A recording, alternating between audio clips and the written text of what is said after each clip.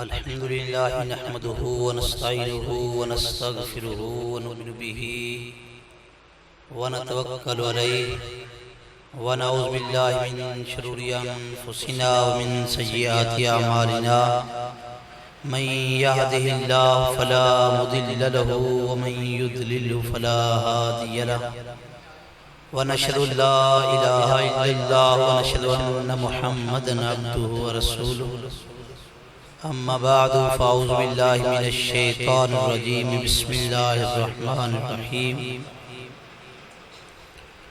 ولا تقولوا لمن يقتل في سبيل الله أموات بل أحياء ولكن لا تشعرون صدق الله العظيم وصدق رسوله النبي الكريم الأمين إن الله وملائكته يصلون على النبي یا ایھا الذین آمنوا صلوا علیہ وسلموا تسلیما۔ سب حضرات بآواز بلند درود پاک پڑھیں۔ الصلاۃ والسلام علیک سیدی یا رسول اللہ، الصلاۃ والسلام علیک سیدی یا حبیب اللہ، وعلی آلک واصحابک سیدی یا محمد رسول اللہ۔ سامعین ذی وقار، جیسا کہ آپ کو سب کو معلوم ہے کہ آج کی یہ عظیم الشان محفل سید الشہداء سیدنا امام حسین رضی اللہ تعالی عنہ کی یاد میں منعقد ہے۔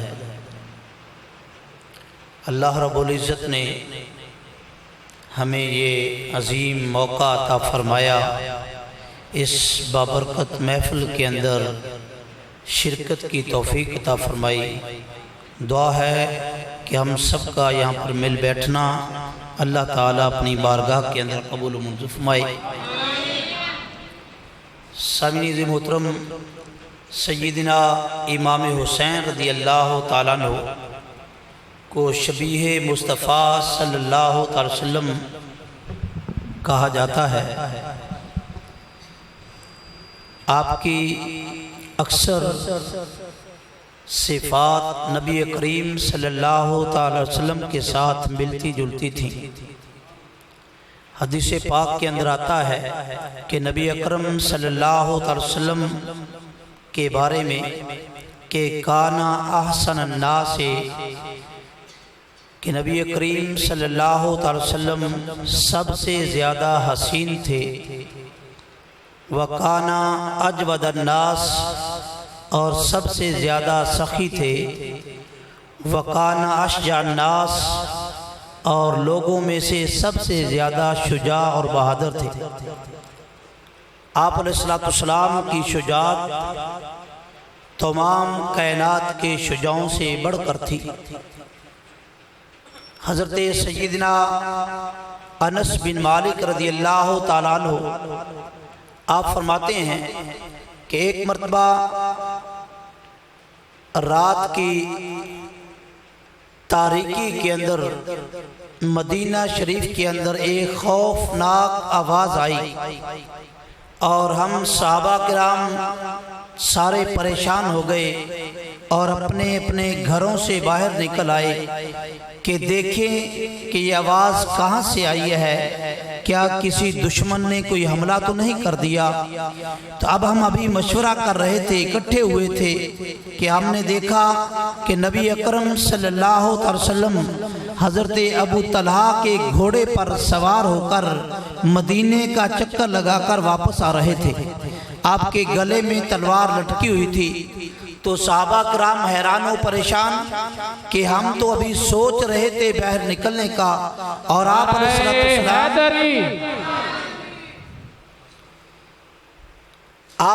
السلام جو ہے وہ مدینہ شریف کا چکر بھی لگا کر واپس آ گئے ہیں۔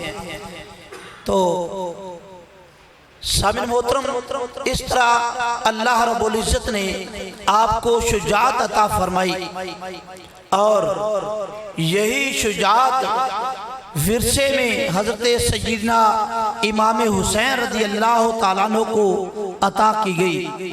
حضرت سیدہ فاطمہ الزہرا رضی اللہ تعالیٰ عنہا فرماتی ہیں کہ آپ علیہ السلام کے مرض وصال کے اندر میں اپنے دونوں شہزادوں کو آپ علیہ السلام کی بارگاہ میں لے کر حاضر ہوئی اور عرض کیا یا رسول اللہ صلی اللہ تعالی وسلم ہذان ابنان، یا رسول اللہ یہ میرے دو بیٹے ہیں، فَوَرِّثْهُمَا شَيْئًا، یا رسول اللہ ان کو ورثے میں کوئی چیز عطا کیجئے۔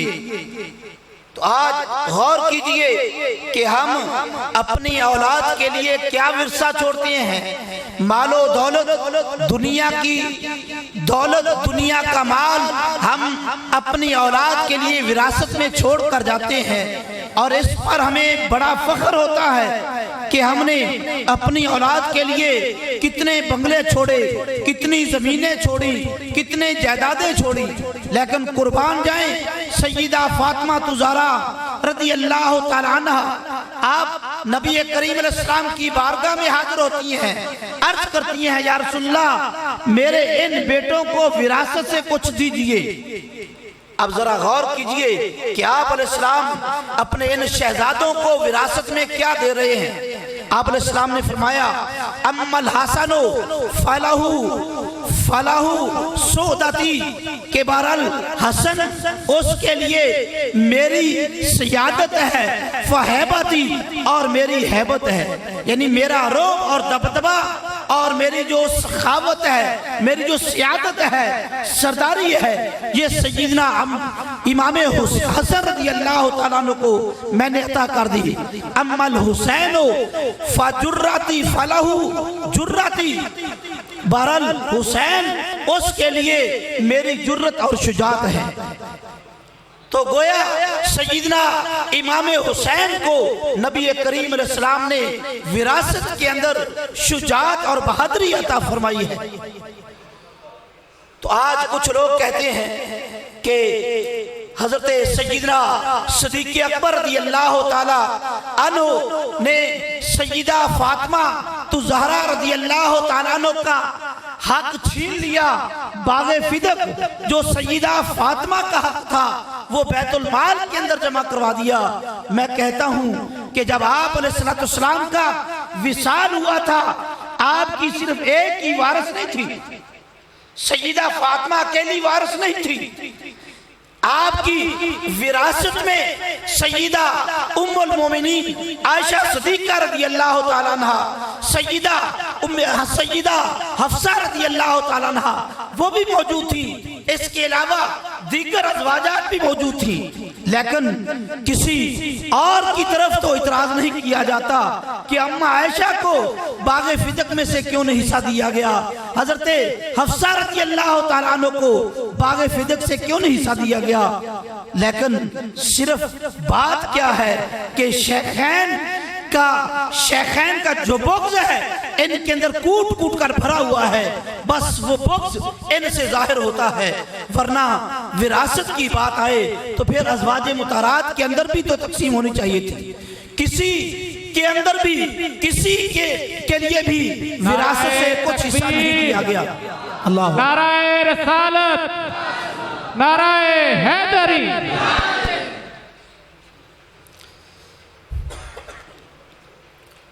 تو سامنے محترم میں عرض کر رہا تھا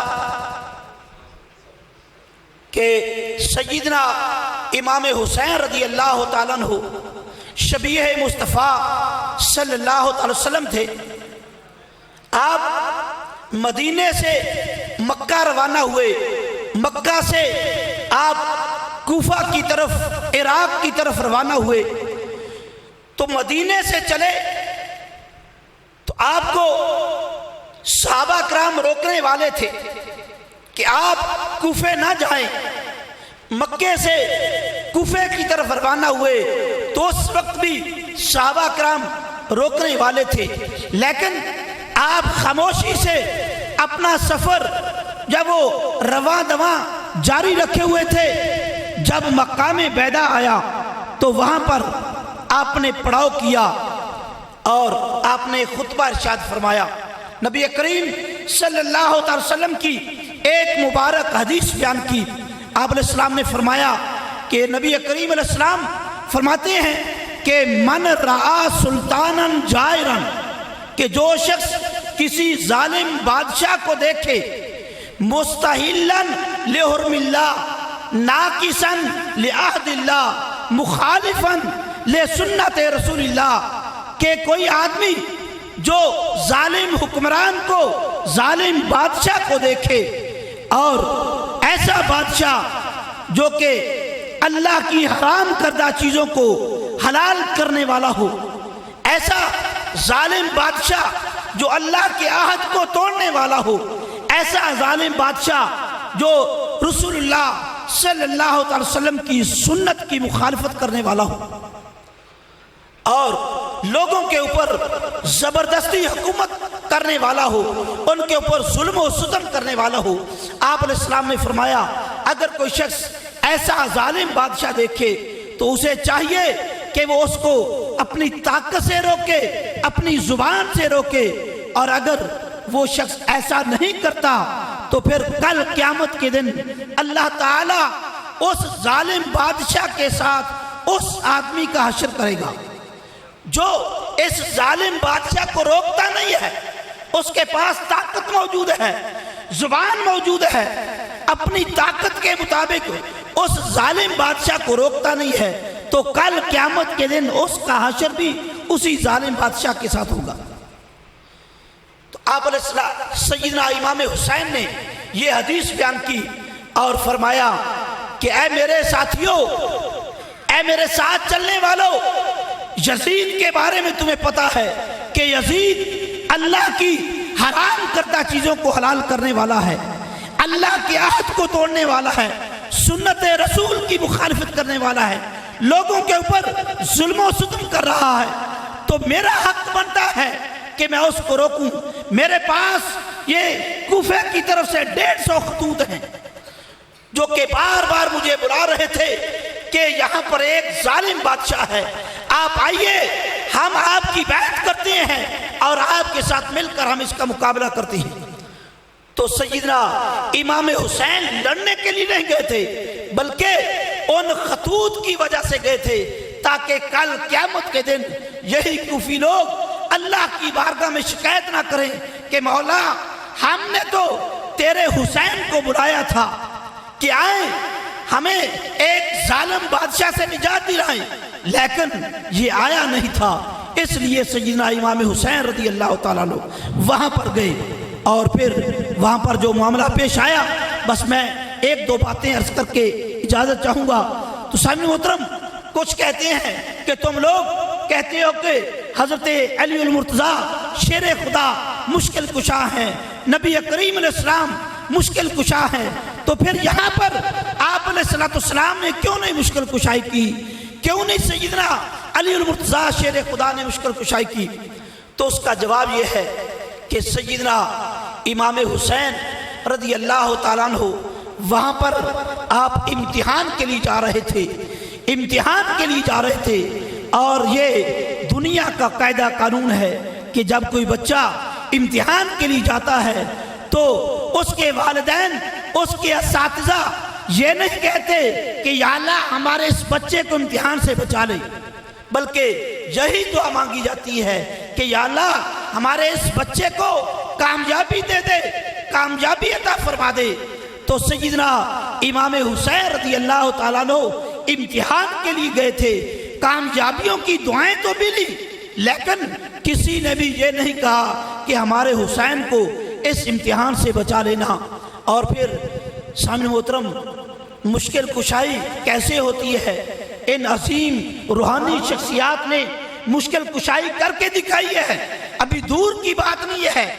ابھی 1965 کی جنگ کے اندر جب ہندوستان نے سیالکوٹ پر حملہ کیا تھا، یہ 24 اکتوبر سن 1965 کی جنگ اخبار کے اندر یہ واقعہ موجود ہے کہ ایک بوڑھا شخص اپنے کھیت کے اندر چارہ کاٹ رہا تھا کہ اس نے جب چارہ کاٹا اور کاٹ کر اس کو گٹھڑی میں بند کر لیا، وہ گٹھڑی بھاری تھی، اٹھائی نہیں جا رہی تھی۔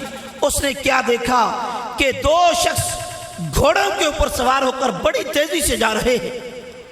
تو تھوڑی دیر کے بعد ایک بوڑھا شخص ان کے پیچھے گھوڑے پر سوار ہو کر جا رہا ہے، تو اس بوڑھے آدمی نے اس گھوڑ سوار کو آواز دی کہ بھائی مجھے میرا چارہ اٹھوا کے چلے جاؤ، یہ میری گٹھڑی اٹھوا دو۔ تو اس گھوڑ سوار شخص نے ہاتھ کے اندر جو اس کے لاٹھی تھی، چھڑی تھی، وہ چھڑی کا اشارہ کیا اور وہ گٹھڑی خود بخود اس بوڑھے شخص کے سر پر آ گئی۔ تو بوڑھا شخص حیران پریشان کہ یہ تو کوئی باہر والی چیز لگتی ہے، کوئی جنات میں سے ہے، یہ انسان نہیں ہے۔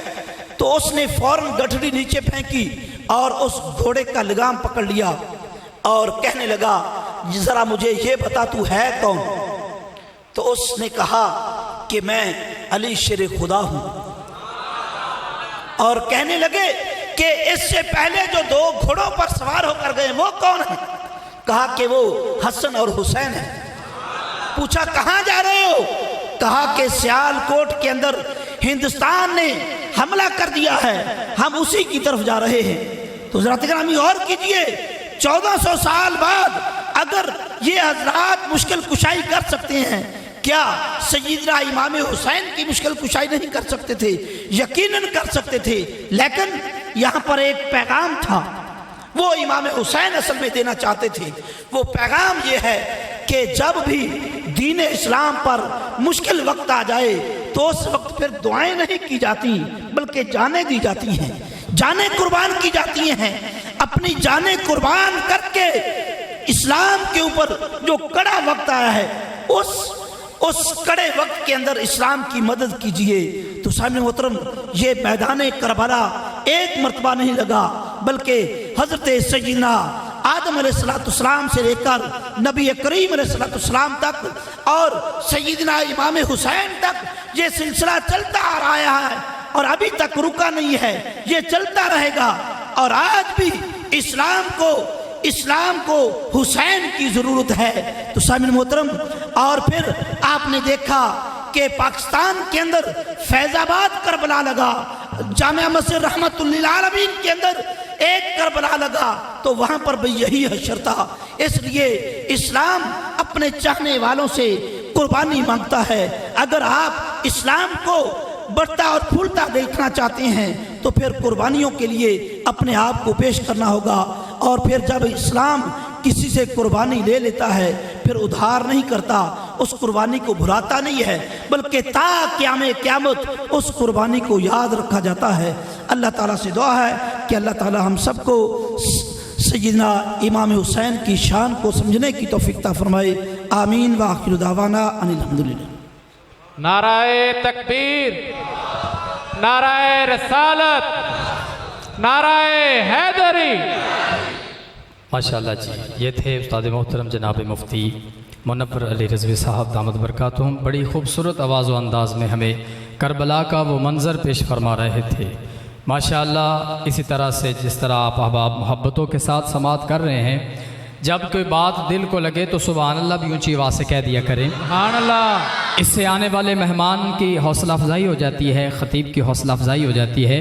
اس طرح سمم بکمن نہ بیٹھیں، آپ ہاتھ چھوڑ کے بیٹھے ذرا، اور جب بھی کوئی بات اچھی دل کو بھا جائے تو سبحان اللہ با آواز بلند مچل کے کہہ دیا کریں۔ سبحان اللہ۔ علی کا عشق مقدر سنوار دیتا ہے، علی کا بغض چہرہ بگاڑ دیتا ہے۔ سبحان اللہ۔ علی کا عشق مقدر سنوار دیتا ہے، علی کا بغض چہرے بگاڑ دیتا ہے۔ تو اس کے ذکر کو ادنا سمجھ رہا ہے منکر، جو ایک ہاتھ سے خیبر اکھاڑ دیتا ہے۔ سبحان اللہ۔ تو اس کے ذکر کو ادنا سمجھ رہا ہے منکر، جو ایک ہاتھ سے خیبر اکھاڑ دیتا ہے۔ میں نے آپ سے پہلے عرض کیا ہے، میں نے کوئی اشعار یا کوئی بیان نہیں کرنا، میں صرف دعوت دینے کے لیے آیا ہوں، آپ کی سماعتوں کا ذائقہ چینج کرنے کے لیے آیا تھا۔ ابھی میں ملتمس ہوں جناب حضرت علامہ مولانا محمد ذاکر جمیل مدنی صاحب تشریف لائیں گے، بارگاہ رسالت مآب اپنی خوبصورت حاضری پیش فرمائیں گے۔ نعرہ تکبیر، اللہ اکبر، نعرہ رسالت، یا رسول اللہ۔ آواز کم ہے یار، اونچی بولو۔ نعرہ رسالت، یا رسول اللہ۔ نعرہ حیدری، نعرہ تحقیق، حسینیت زندہ باد، حسینیت زندہ باد، حسینیت۔ زندہ باد۔ حضرت علامہ مولانا محترم محمد ذاکر جمیل